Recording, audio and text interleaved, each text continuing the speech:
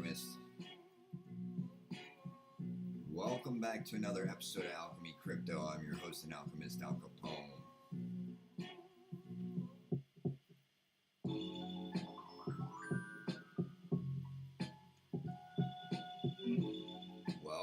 Welcome, all my alchemists on the East Coast Tri-State. I see you guys.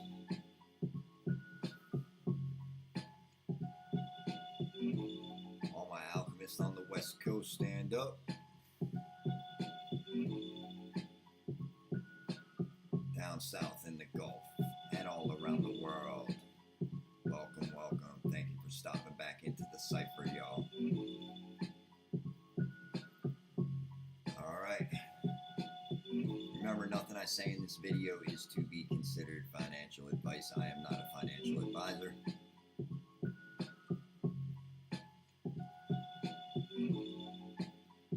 Let's take a look at first mover Bitcoin, $20,585 making moves. Ethereum, 1578. BNB at 345. We got your XRP coming in at 46 cents at the time of this recording. The chosen one, 46 cents. Dogecoin, 12 cents. Cardano, 41 cents. Solana, 32 bucks. And Matic making moves, $1.13.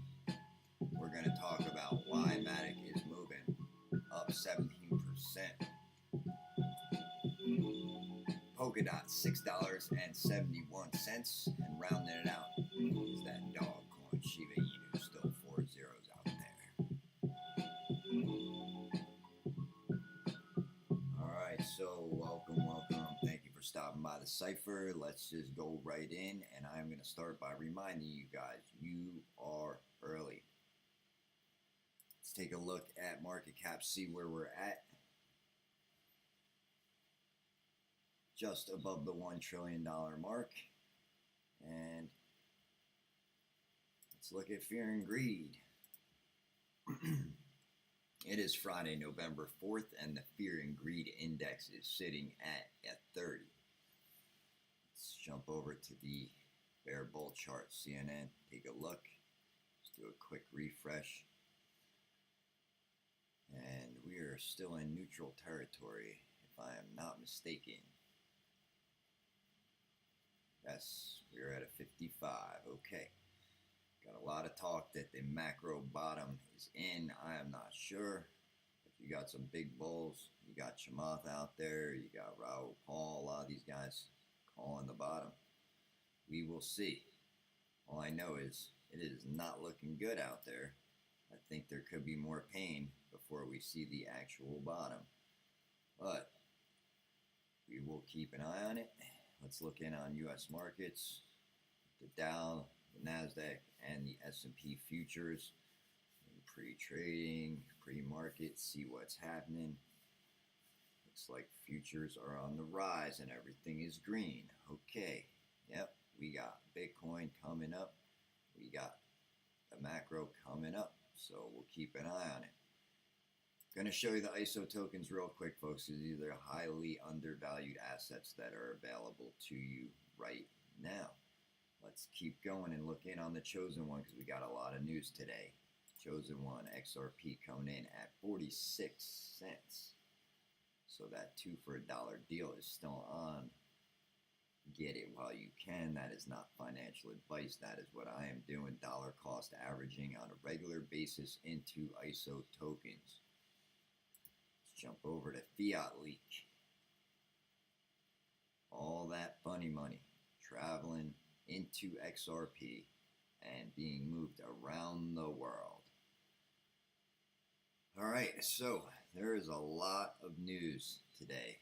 There is a lot going on. We have major developments. We have another amicus brief filed today.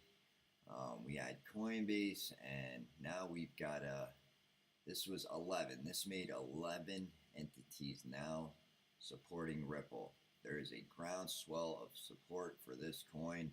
People know this thing will settle. It will provide clarity for the market, and it could be the catalyst for the next bull run. We'll see. We're watching close, but there is another amicus brief filed.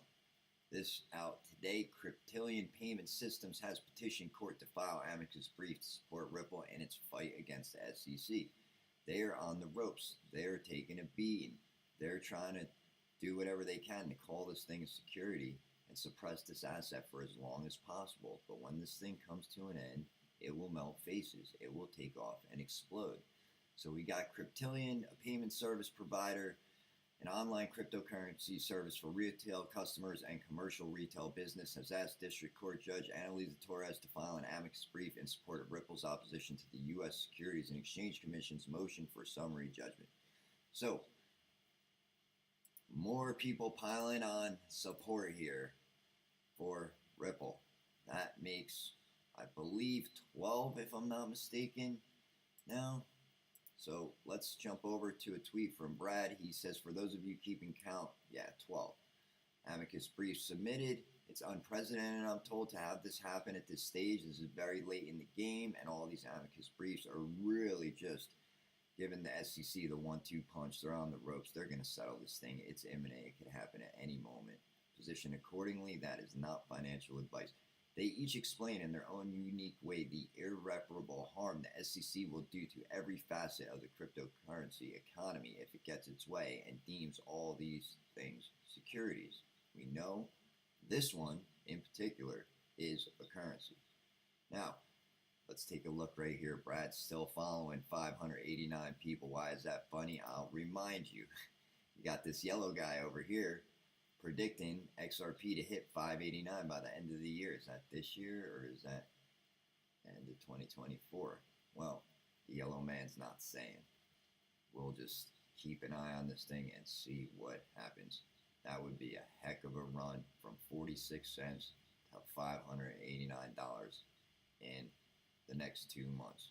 I'm not saying it's not possible. I'm not saying it's going to happen. I'm not saying it can happen. I'm not saying it will happen. What I'm saying is it would be a hell of a run if it did. All right, let's keep going. There's more. We got Stuart Alderati checking in. 12 independent voices, companies, developers, exchange, public interest, and trade associations, retail holders all filing in SEC v. Ripple to explain how dangerously wrong the SEC is. I got to agree there, Stuart. The SEC's response, we need more time. Not to listen or engage, but just to blindly bulldoze on. They are stalling this thing, delaying it as long as they can. Here you see they requested 15 days to review the amicus briefs because they are just slammed. They are against the ropes. They're going to have to review all this and come up with some kind of rebuttal for the court. They're to be filed by the 11th of this month. Ripple consents, like new dates are in motion, and we'll just keep a close eye on that because this is developing.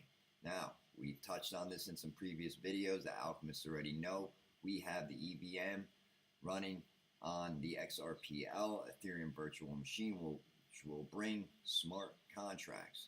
Smart contracts are all kinds of utility. This will bring even more utility. It makes it even more usable for developers, for users, for everyone. It's going to bring a ton of utility, folks. So that is big news, and that thing is now live and out there. We've talked about it before. I want to remind you because it's in the news again. This is big news. All right, let's keep going. We're going to look in on Fidelity. We got Fidelity jumping into the crypto game. Now, they were originally going to offer, Bitcoin and Ethereum 401ks. That came out a few weeks ago, so that's old news, but this is actually new. They're opening a retail crypto trading platform, starting with zero commission trading fees for Bitcoin and Ether. So they are kicking Coinbase's butt. They are really after the competition. You got Robinhood doing zero trading fees. Coinbase taking a beating. Why is that? Because Fidelity is jumping in. They open Fidelity Crypto, a new product for retail customers where they can trade commission-free with a 1% spread incorporated into trade execution prices. In financial markets, the spread represents the difference between the price users pay for crypto and the price at which the brokerage fills their order. So, tiny spread, no fees, very competitive. Coinbase is losing their shirt to these guys. They're reporting massive losses. First half, I think they had like, I want to say 500 million in losses, and now third quarter reports they missed, and I think if I'm not mistaken, they're about 1.6 billion in losses for the year. They're just getting beat up. They're still trying to trade Bitcoin and ETH, and they're not waiving their fees, so people are fleeing in droves and going to other exchanges like Fidelity, for example, that have zero trading fees. Why would you trade on Coinbase? Their volume is dropped. Their revenue has dropped. They missed their earnings. They're taking a beating. Folks, do not leave your crypto parked on exchanges. This could happen to anyone. They can go belly up. They can disappear and take your crypto with them. Not your keys, not your crypto. Move it out to a hot wallet or cold storage. We talked about that in some previous videos. Now, let's keep going. Fidelity is launching this thing. It is going live, and you will be able to trade on there. Zero fees on Bitcoin and ETH. So that is here. Welcome to the market. Fidelity, I think they're the biggest asset manager behind BlackRock. So something to consider. Why are they jumping in? What do they know? They see a huge future in the cryptocurrency market. So they're getting their feet wet. Now, we got to talk about Polygon. And JP Morgan executed their first DeFi transaction on Polygon. They carried out a transaction on Ethereum Layer 2 network Polygon because of its cheap transaction fees and leveraged Aave protocol. So this is big news, and it has got Polygon pumping. That's why Polygon is really going wild right now. If you want to take a look, we can jump over the charts. Here's the first mover Bitcoin making moves, but let's take a look at Polygon because this thing is just on a tear too. This thing is now at almost 27 cents. I think we looked at it yesterday. It was at a quarter. Why is this thing pumping? Why is it going crazy? Well, I can tell you why. The reason behind this is you have the JP Morgan news of them doing DeFi. That's one thing. The other thing that's happening is Instagram integration. Kind of big. Meta's down.